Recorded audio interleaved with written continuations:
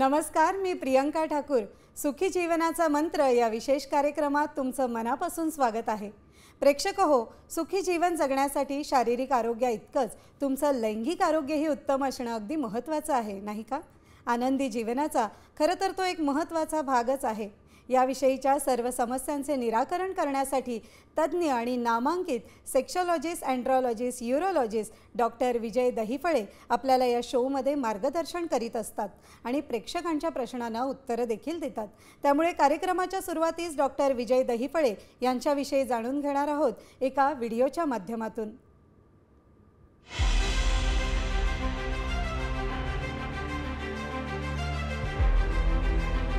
Doctor विजय दहिफळे हे sexologist, urologist आणि enterologist आहेत.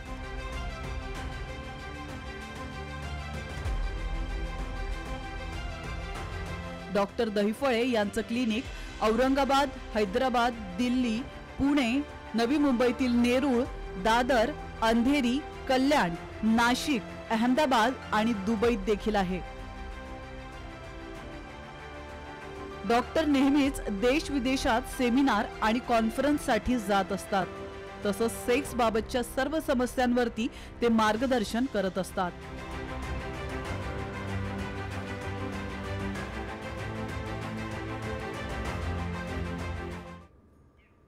डॉक्टर, साम टीव्हीच्या स्टुडिओमध्ये तुमचं मनापासून स्वागत आहे.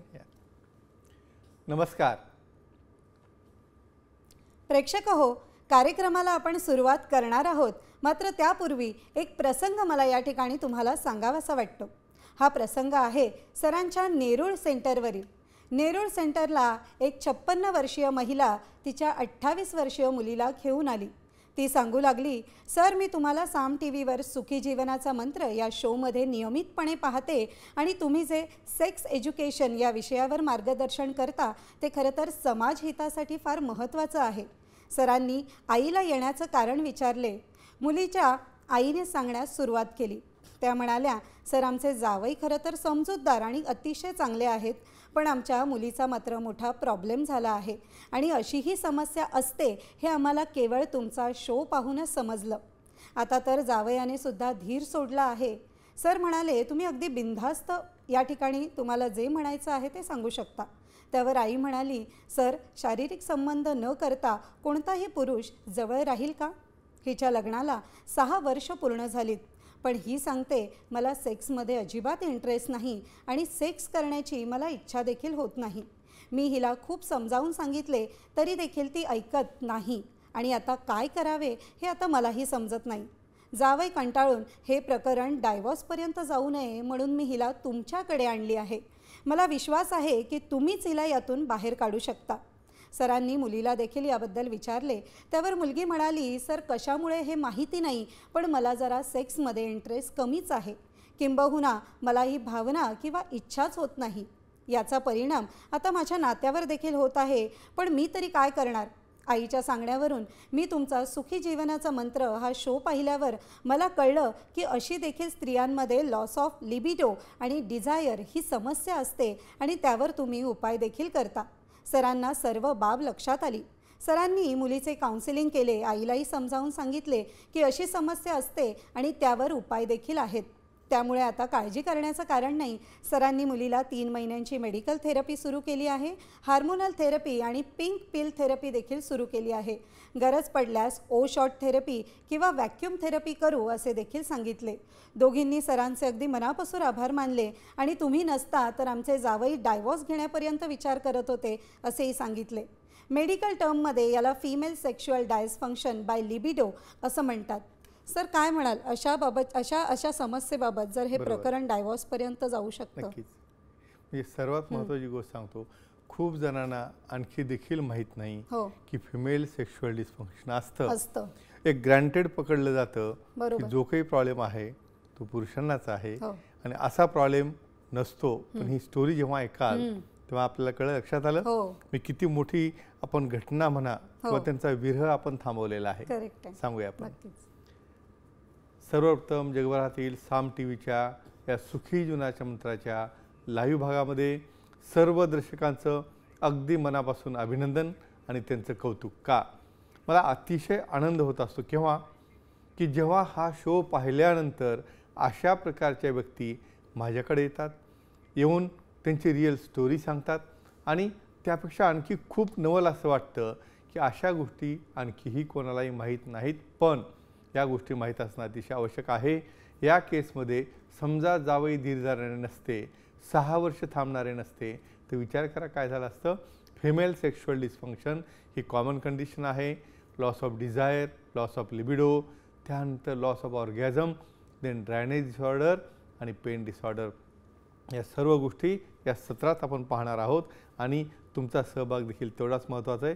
मला वाटतं प्रियंकाजी तुम्ही त्यांना आणखी काही सांगू शकता? नक्कीच सहभाग घेण्यासाठी सुखी जीवनाचा मंत्र या कार्यक्रमात खरं तर तुम्ही देखील सहभागी होऊ शकता आणि सरांना थेट आपले प्रश्न विचारू शकता. मात्र त्यासाठी आमचा स्टुडिओ क्रमांक लिहून घ्या 022695644141. सर खरं तर फोन यायला सुरुवात झालेली आहे. जामखेडहून पहिला फोन आपल्याला येतोय. संध्या उबाळे जी आपल्याशी बोलतायत, स्वागत, बोला, विचारा आपला प्रश्न. नमस्ते सर. नमस्कार संध्याजी, बोला. सर, रेग्युलर स्विमिंग केलेली ऑर्गॅझम किंवा तृप्तीवर काही परिणाम होतो का, याबद्दल सांगा सर. म्हणजे रेग्युलर पोहल्यामुळे का स्विमिंगमुळे तृप्ती किंवा ऑर्गॅझमला काही फायदा होतो का? बरोबर आहे. हो. ठीक आहे, तुमचं वय सांगा मला. 30. चला, खूप छान प्रश्न आहे, सांगूया तुम्हाला. बघा, यांचं बेसिकली आपण नेहमी सर्वांना सांगतो सकस आहार पाहिजे, व्यायाम पाहिजे, एक्सरसाइज पाहिजे. बरोबर. म्हणजे बऱ्याचदा तुम्हाला आजाराला दूर ठेवायचा असेल ते नॅचरल पद्धती महत्त्वाच्या आहेत. यांचं म्हणणं आहे स्विमिंग, ऑर्गॅझम किंवा तृप्ती काही संबंध असतो का, सांगूया. मित्रांनो, परत सांगतो, स्विमिंग एक अशा प्रकारची एक्सरसाइज आहे ज्यामुळे की तुम्हाला सर्व प्रकारचे बेनिफिट यामध्ये मिळतात. स्पेशली या काय विचारतायत की ऑर्गॅझमचा, तृप्तीचा, स्विमिंगचा काय संबंध असेल. स्पेशली स्विमिंगचे वेगवेगळे प्रकार असतात. फ्रीस्टाईल आहे, त्या ठिकाणी बटरफ्लाय आहे, ब्रेस्टस्ट्रोक आहे. स्पेशली ब्रेस्टस्ट्रोकमध्ये काय होतं, तुम्ही दोन्ही थाईज या मागं पुश करता आणि ती पुशिंग केल्यामुळं तुमच्या पेल्विक फ्लोअरच्या मसल ह्या अतिशय स्ट्रॉंग होतात. पेल्विक फ्लोअरच्या मसल स्ट्रॉंग झाल्याने जो जी पॉईंट असतो आणि त्याचबरोबर त्या ठिकाणी नर्व सप्लाय असतो तो ॲक्टिव्ह होतो.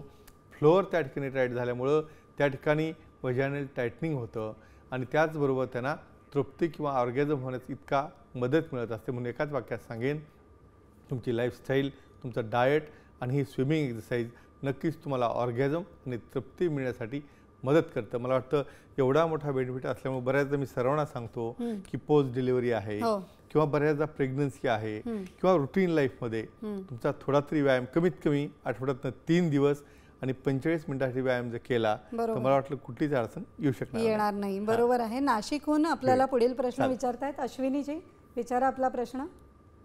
सर नमस्कार. नमस्कार जी, बोला. सर, स्विमिंगमुळे दमा किंवा अस्थमा असणाऱ्या व्यक्तींना काही फायदा होतो का, आणि त्याचा सेक्सच्या ॲक्टिव्हिटीमध्ये फायदा होतो का, आणि सेक्स लाईफ नॉर्मल होऊ शकते का? बरं, सध्या काही दम्याच्या गोळ्या वगैरे काही चालू आहेत का? हो, चालू आहे. बरं, वय काय तुमचं? 40. ठीक आहे, नक्कीच खूप छान प्रश्न आहे, सांगूया आपण यांना. दमा ही कॉमन समस्या आहे. पर विचार करा की दम्याचा आणि तुमच्या पर्सनल लाईफचा संबंध आहे का? नक्कीच आहे का? मी नेहमी काय सांगतो, ही एक प्रकारची एक्सरसाइज आहे, ज्याला एक्सरसाइज म्हणतो. आणि त्यामध्ये तुम्ही जर थांबले तर पार्टनर डिस्टर्ब होतो. आणि हे स्विमिंग कसा फायदा देतं सांगूया आपण. करेक्ट. मित्रांनो, या ठिकाणी एक महत्त्वाची गोष्ट तुम्ही लक्षात ठेवा, स्विमिंग पूल हे वेगवेगळ्या प्रकारचे असतात. या ठिकाणी बऱ्याचदा जे स्विमिंग पूल कव्हर्ड असतात त्या ठिकाणी सर्वात मोठा फायदा असा असतो की त्या ठिकाणचं वातावरण हे ह्युमिड असतं, मॉइश्चर असतं, त्यामध्ये आर्द्रता असते.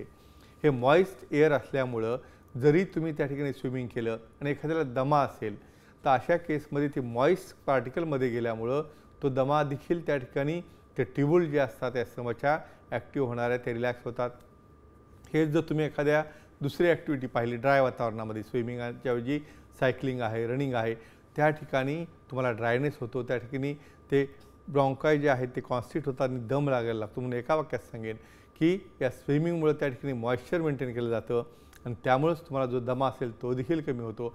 अर्थात तुम्ही समजा ॲक्ट करताना जवळपास कमीत कमी 15-20 मिनटं करायचं असेल तर तुमची एनर्जी, ताकद एवढी पाहिजे, किंवा आतमध्ये जर दम लागला तुम्ही ऑर्गॅनचा आत डिस्चार्ज होऊन जातो किंवा बऱ्याचदा समोरचा पार्टनर सॅटिस्फाय होत नाही. म्हणून एका वाक्यात सांगेन, तुम्हाला दमा कंट्रोलमध्ये आणणे आणि त्यामुळेच तुमचं लैंगिक आयुष्य चांगलं ठेवण्यासाठी स्विमिंगचा फार मोठा रोल असतो. वाटतं दम्याच्या पेशंटना दिलासा मिळाला असेल. नक्कीच नक्कीच याने त्यांना नक्कीच फायदा झाला असेल. सर पुण्याहून अर्चना जी आपल्याशी बोलतायत, विचारा आपला प्रश्न. सर जर प्रेग्नन्सी असेल ओके आणि स्विमिंग करता येते का? पूर्ण प्रेग्नन्सी मध्ये का कुठल्या महिन्यामध्ये विचारताय तुम्ही मला? पूर्ण प्रेग्नन्सी मध्ये स्विमिंग करता येतं का? बरोबर आहे. ठीक आहे, नक्कीच सांगूया तुम्हाला. खूप छान प्रश्न. मला वाटतं खूप जणांना हे अजिबात माहित नाही की प्रेग्नन्सी मध्ये स्विमिंग करतात का. मोठा प्रश्न आहे, महत्त्वाचा आहे. आणि खरं तर म्हणजे प्रेग्नन्सी राहिली की बेडवरनं खाली उतरायचं नाही, काही काम करायचं नाही. बरोबर. तुम्ही बऱ्याचदा पाहता, आपण खेड्यामध्ये पाहतो 7व्या 8व्या महिन्यापर्यंत त्यांचं काम करणं सुरू असतं आणि नॉर्मल डिलिव्हरी होते. नॉर्मल डिलिव्हरी व्हायचं असेल तर तुमची एनर्जी कॅलरीज बर्न झाल्या पाहिजे. स्विमिंग करायचं का नाही करायचं सांगूया. नक्कीच मित्रांनो, तुम्हाला एक पहिल्यांदा महत्त्वाची गोष्ट सांगतो. काही रेअर कंडिशन जर सोडल्या, म्हणजे ज्याला एखादी बॅड ऑब्स्टेटिक हिस्ट्री आहे, म्हणजे बऱ्याचदा ॲबॉर्शन झालं असेल, ब्लिडिंग होत असेल किंवा बऱ्याचदा ते ऑस ओपन असेल, अशा केसमध्ये तज्ज्ञ ॲडवाईस करतात. पण नॉर्मली स्विमिंग ही अतिशय उत्तम एक्झरसाईज का आहे की स्विमिंग या एकमेव एक्झरसाईजमध्ये तुमची बॉडी पॅनवर पॅरलल असते, ती हॉरिझॉन्टल राहते, त्यामुळे तुम्हाला कसल्याही प्रकारचा मसलवर स्ट्रेन येत नाही. परत आता सांगितल्याप्रमाणे बटरफ्लाय प्रकारच्या स्ट्रोकमुळे तुमच्या पेल्विक मसल ह्या स्ट्रॉंग होतात आणि त्या स्ट्रॉंग झाल्यामुळे मित्रांनो तुम्हाला सांगतो, इवन तुम्ही 8व्या 9व्या महिन्यापर्यंत जरी स्विमिंग केलं तर त्या ठिकाणी तुम्हाला नॉर्मल डिलिव्हरी होण्यासाठीचा अतिशय चांगला फायदा होत असतो. का? कारण पेल्विक मसल स्ट्रॉंग झाल्यामुळे त्या ठिकाणी ऑर्गॅझम स्ट्रॉंग होतं. ऑर्गॅझम स्ट्रॉंग झाल्यामुळे पेल्विक कॉन्ट्रॅक्शन स्ट्रॉंग होतात, युट्राईन कॉन्ट्रॅक्शन चांगले होतात. आणि एक गोष्ट लक्षात ठेवा, कुठल्याही प्रकारे असं जंप मारणं किंवा विगरच गोष्टी करायच्या नसतात. तज्ज्ञांच्या सल्ल्यानं जर गोष्टी केल्या ना आणि स्विमिंग जर केलं तर नक्कीच तुम्हाला नॉर्मल डिलिव्हरी होण्यासाठी. पण एवढंच नाही तर पोहण्यामुळं ब्लड सर्क्युलेशन वाढतं, सप्लाय वाढतो त्या मातेला, त्याचबरोबर बेबीला देखील प्युअर ऑक्सिजन सप्लाय मिळतो आणि होणारं बाळ हे सुदृढ होतं. मला वाटतं किती महत्त्वाचा संदेश आहे. महत्त्वाचा आहे खरं तर. प्रेग्नेन्सी मध्ये स्विमिंगचा अशा प्रकारे सुद्धा फायदा होऊ शकतो. ही फार महत्त्वाची बाब आहे. पण तज्ज्ञांना सेक्सॉलॉजी भेटायला पाहिजे. बरोबर. प्रत्येक केस ही वेगळी असते. बरोबर आहे. बीडहून गणेशजी आपल्याशी जोडले गेलेले आहेत. विचारा आपला प्रश्न. Hello sir. हा बोला. नमस्कार. नमस्कार. स्विमिंगमुळे मेंटल स्ट्रेसवर काही परिणाम होतो का आणि सेक्ससाठी ते कसे पुरत आहे याविषयी माहिती पाहिजे होती. म्हणजे तुम्हाला म्हणजे परिणाम म्हणजे की त्याचा फायदा होतो का असं विचारायचे का? हो सर. Very good. खूप छान. सांगूया तुम्हाला. बघा, स्ट्रेस म्हणजे काय? बऱ्याचदा मी याच्यावर नेहमी बोलत असतो. मी स्ट्रेस ही बॉडीची रिॲक्शन असते. म्हणजे प्रत्येक जण फार लाईटली रिॲक्ट होतो किंवा एखादा फार हेवीली रिॲक्ट होतो. बरेच जण म्हणतात की नेमकं स्ट्रेस म्हणजे काय? तर तुम्ही जन्माला आले हा सगळ्यात मोठा स्ट्रेस, बरोबर आहे. आणि तुम्ही सेटल होणार वर गेल्यानंतर, म्हणजे या दोन्हीच्या मध्ये जी जागा आहे त्यात तुम्हाला जगायचं असतं. सांगूया आपण. बऱ्याचदा माझ्याकडे खूप जण सर मला स्ट्रेस आला, मला खूप अँझायटी झाली, मला कॉन्सन्ट्रेट होत नाही. अहो स्विमिंग करा. स्विमिंगमध्ये तुम्ही नुसतं इमॅजिन करा, तुम्ही एक जंप जरी स्विमिंगमध्ये मारली तर तुमचे सर्व विचार तुम्ही विसरून जाता. कॉर्टिसोल नावाचं हार्मोन जे वाढल्यानंतर त्या ठिकाणी स्ट्रेस तयार व्हायला लागतो. आणि स्विमिंग ही एकमेव एक्झरसाईज आहे, पाण्याचा फ्लो असेल किंवा जम्पिंगमध्ये स्पीडनं तुम्ही जेव्हा स्विमिंग करता त्यावेळेस एन्डॉर्फिन वाढतात, लव मॉलिक्यूल वाढतात, हॅपी हार्मोन्स वाढतात, टेस्टोस्टेरॉन वाढतात. मग विचार करा, अशा प्रकारचे डोपॅमिन आहे, ऑक्सिटोसिन आहे आणि एन्डॉर्फिन्स आहेत. हे सांगताना स्त्री आणि पुरुष दोघांनाही सांगतोय मी. तर अशा गोष्टींमुळे स्ट्रेस कमी होतो आणि स्ट्रेस कमी झालं की आपोआपच तुमचं जे इनिबिशन आहे किंवा त्या क्रियेतला इंटरेस्ट जो आहे तो गेलेला तो परत यायला लागतो. आणि फक्त सेक्शुअल ॲक्टिव्हिटीज नाही तर तुमचं बौद्धांक आहे, काम करण्याची कॅपॅसिटी आहे, या सर्व गोष्टींचा त्याचा फायदा होतो. मला वाटतं प्रत्येकाने स्विमिंग केलं पाहिजे, कमीत कमी आठवड्यातनं 3दा. नक्कीच. हे खरं तर दोघांसाठी महत्त्वाचं आहे, पुरुष आणि स्त्री दोघांसाठी. नक्कीच. पुढील प्रश्न नांदेडहून आपल्याला विचारतायत. प्राजक्ता राऊतजी आपल्याशी बोलतायत. विचारा आपला प्रश्न. नमस्कार सर. नमस्ते जी, बोला. सर स्विमिंग सोबत 3 बाथ घेतल्याने सेक्ससाठी काही फायदा होतो का त्याबद्दल माहिती द्या. स्विमिंग आणि स्टीम बाथ सोबत, बरोबर आहे? हो सर. ठीक आहे, चला व्हेरी गुड. छान प्रश्न आहे, सांगतो मला. स्टीम बाथ, सोना बाथ खूप जणांना माहित नसतं. मी पाहतो बऱ्याचदा की स्टीम बाथ काय, सोना बाथ काय. जरी स्विमिंग घेतलं आणि स्विमिंग सोबत तुम्ही जर स्टीम घेतली, आता हे बेसिक गोष्टी आहेत, तरी देखील खूप जणांना माहित नसतं. सांगूया आपण काय बेनिफिट येतो. मित्रांनो, एक साधी गोष्ट लक्षात ठेवा, स्टीम म्हणजे एका दिलेल्या एका चेंबरमध्ये एका ठराविक टेम्परेचरला ही मॉइस्ट स्टीम दिली जात असते. स्विमिंग केल्यानंतर ऑलरेडी तुमच्या बॉडीचा हार्ट रेट वाढलेला असतो आणि त्यानंतर स्वेटिंग झालेलं असतं, तुम्हाला थोडंसं डिहायड्रेशनही असतं. महत्त्वाचं, तुम्ही स्विमिंगला जाताना आणि आल्यानंतर पाणी पिणं अतिशय आवश्यक असतं. त्यानंतर तुम्ही स्टीम बाथसाठी गेले. हीटमुळं काय होतं, हीटमुळं तुमचा हार्ट रेट हा वाढायला लागतो. हार्ट रेट वाढल्यामुळं तुमचं पेरिफेरीला जाणारा ब्लड फ्लो हा वाढलेला असतो आणि पेरिफेरीला ब्लड फ्लो गेल्यानंतर आपोआपच तुमचं ब्लड प्रेशर देखील कंट्रोलमध्ये यायला लागतं. म्हणून स्विमिंगसोबत जेव्हा तुम्हाला स्टीम तुम्ही घेत असाल तर अशा वेळेला तुम्हाला अतिशय ॲडिशनल बेनिफिट त्यामध्ये असे मिळतात. एक तर BP कंट्रोलमध्ये येणं, त्याचबरोबर तुम्हाला सर्वात महत्त्वाचं जे स्किनचे पोर्स आहेत त्या ठिकाणी त्याचं ऑक्सिजनेशन चांगलं वाढतं. त्याचबरोबर स्किनचं टेक्स्चर आहे, मॉइश्चर आहे, ते मेंटेन राहायला मदत होते. तर अशा पद्धतीने स्विमिंग आहे, स्टीम आहे, या दोन्हीच्या कॉम्बिनेशन खूप मोठा बेनिफिट मिळतो. आणि परत आणखी एकदा सांगतो, काही जणांना सोना आणि स्टीम यातला फरक कळत नाही. तर सोना म्हणजे काय असतं की हीट त्या रूममध्ये देखील असते, पण त्या ठिकाणी मॉइश्चर नसतं, त्या ठिकाणी ड्राय हीट असते.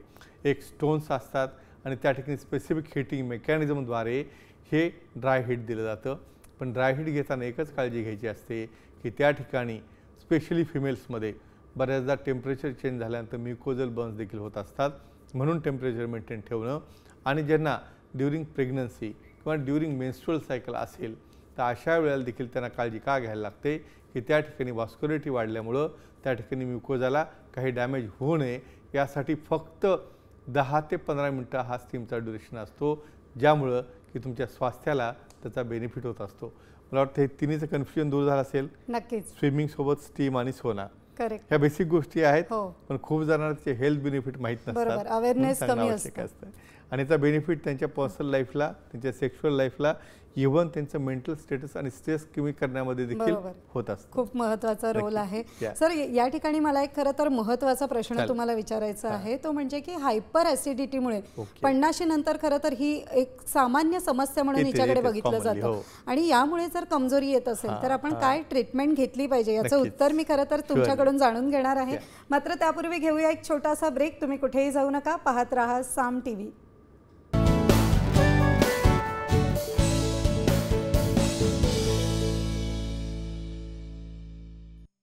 ब्रेक नंतर पुन्हा एकदा स्वागत. सर, खरं तर ब्रेकवर जाण्यापूर्वी एक प्रश्न मी तुम्हाला विचारला होता. हायपर ॲसिडिटीमुळे जर कमजोरी आली असेल तर त्यावर काय उपाय करता येतील? म्हणजे बऱ्याचदा एखाद्याला ऐकणाऱ्याला वाटत असेल की असं ॲसिडिटीचा आणि कमजोरीचा काही संबंध असेल काही, पण फार मोठा संबंध असतो. सांगूया आपण. नक्कीच. मित्रांनो, या ठिकाणी प्रत्येक गोष्टीचा संबंध ह्या तुमच्या ॲक्टिव्हिटीचा असतो. साधं हेडेक जरी झाला ना, साधं डोकं जरी दुखलं ना तुमचं, तरी तुम्ही कॉन्सन्ट्रेट होऊ शकत नाहीत. रिट्रोगेड इसोफेजियल रिफ्लक्स, काही जणांना म्हणतो आपण गरळ येते म्हणतो, किंवा खाल्ल्यानंतर त्या ठिकाणी बेल्चिंग यायला लागतं, ढेकर यायला लागतं, किंवा बऱ्याचदा चेस्ट बर्न होतो किंवा हार्ट बर्न होतो. साधं विचार करा, अशा प्रकारच्या कंडिशनने देखील बऱ्याचदा त्या ठिकाणी तुम्हाला डिस्फंक्शन का होतं, तर मला त्या ठिकाणी असं गरळ येईल का, मला काही वॉमिटिंगसारखं वाटलं तर त्या ठिकाणी काही होईल का. मग ह्या भीतीनं तुमचं कॉन्सन्ट्रेशन त्या ॲक्टकडे जात नाही आणि हळूहळू तुम्ही त्यातनं दूर जायला लागता, बाहेर यायला लागतं. अशा केसमध्ये काय करायला पाहिजे, तर तुम्हाला diet control, breakfast, lunch, dinner अतिशय दिलेल्या लिमिट्समध्ये, आणि तुम्हाला काय पचन होतं, सहन होतं ते पाहून तुम्हाला गोष्टी करायच्या असतात. आणि नक्कीच याच्या अँटॅसिड्स आहेत, ट्रीटमेंट आहेत, आणि एक्झरसाईज करून तुम्ही जर वेट कंट्रोल ठेवलं तर अतिशय चांगल्या प्रकारचा रिझल्ट याला येत असतो. मला वाटतं हे उत्तर त्यांना मिळालं असेल. नक्कीच. हां, आणि खूप जणांच्या मनात हा डाऊट असतो की अशा ॲसिडिटीमुळे देखील त्या ठिकाणी प्रॉब्लेम येतो का. तुम्ही बऱ्याच जण हनीमून जाणाऱ्या कपलला सांगतो, तुम्ही ब्रेकफास्ट जो आहे ना, ब्रेकफास्ट सारखाच करा. बऱ्याचदा लंच सारखा ब्रेकफास्ट करतात, त्यामुळे त्यांचा पूर्ण प्रोग्राम हा विस्कळीत होत असतो. बरोबर आहे सर, मला वाटतं सगळ्यांना याची चांगलीच माहिती मिळाली असेल. सर, आता आपण कार्यक्रमाच्या अगदी महत्त्वाच्या टप्प्यामध्ये आले आहोत आणि ते म्हणजे भाग्यवान विजेता. नक्कीच नक्कीच सांगूया आपण. क्विज टाइम म्हणजे सर्वांचा इंटरेस्टिंग असतो. पहिलं विजेता सांगूया, नंतर आपण विनर काढूया. करेक्ट. योगेश पाटील, कोल्हापूरचे, मागच्या वेळेसचे विजेते आपल्या सेंटरला आले. त्यांनी प्रोटीन घेतलं, गिफ्ट घेतलं आणि आपल्या मित्रांना देखील पुस्तकं घेऊन गेले. आणि अशाच प्रकारे तुम्हाला सहभागी व्हायचं असेल तर आता त्या ठिकाणी चिठ्ठी काढा. बरोबर. तर मग कोण विनर आहे आपण पाहूया, आणि मग त्यापुढं त्यांना चान्स मिळेल की या ठिकाणी आपल्याकडे येण्याचा आणि पुस्तक घेण्याचा, कारण त्यांना खूप जणांना पुस्तक घेण्याची खूप इच्छा असते, पण तुम्ही चिठ्ठी काढल्याशिवाय ती मिळत नाही. सांगूया आपण. आता आपण गेलो चाळीसगावला. उमेश राठोड यांचं अगदी मनापासून अभिनंदन. कुठल्या प्रश्नाला उत्तर दिलं होतं? तर लठ्ठपणा आणि कमजोरी सोबत असेल तर अशा वेळेला तुम्हाला काय ट्रीटमेंट घ्यायला पाहिजे? तर नक्कीच त्यांनी छान उत्तर दिलेलं आहे की लठ्ठपणा कमी करायला पाहिजे आणि नंतर त्यासोबत काही सेंट्रल ॲक्टिंग आहेत, लोकल ॲक्टिंग आहेत, पेरिफेरल ॲक्टिंग आहेत, असे मेडिसिन सुरू करायला पाहिजे. खूप छान उत्तर. आणि अशा पद्धतीने तुम्हाला देखील सहभागी व्हायचा असेल तर प्रश्न विचारायला लागेल. तर प्रश्न आहे कमजोरी आणि ॲसिडिटी हे जर सोबत असेल तर काय ट्रीटमेंट घ्यायला पाहिजे? त्या गुरुवारपर्यंत उत्तर द्या. डायरेक्ट फोन लावा, मेसेज करा किंवा ईमेल करा. या ठिकाणी अतिशय महत्त्वाची इव्हेंट तुम्ही पाहताय. नुकतीच गेल्या आठवड्यामध्ये मुंबईमध्ये ही इव्हेंट झालेली.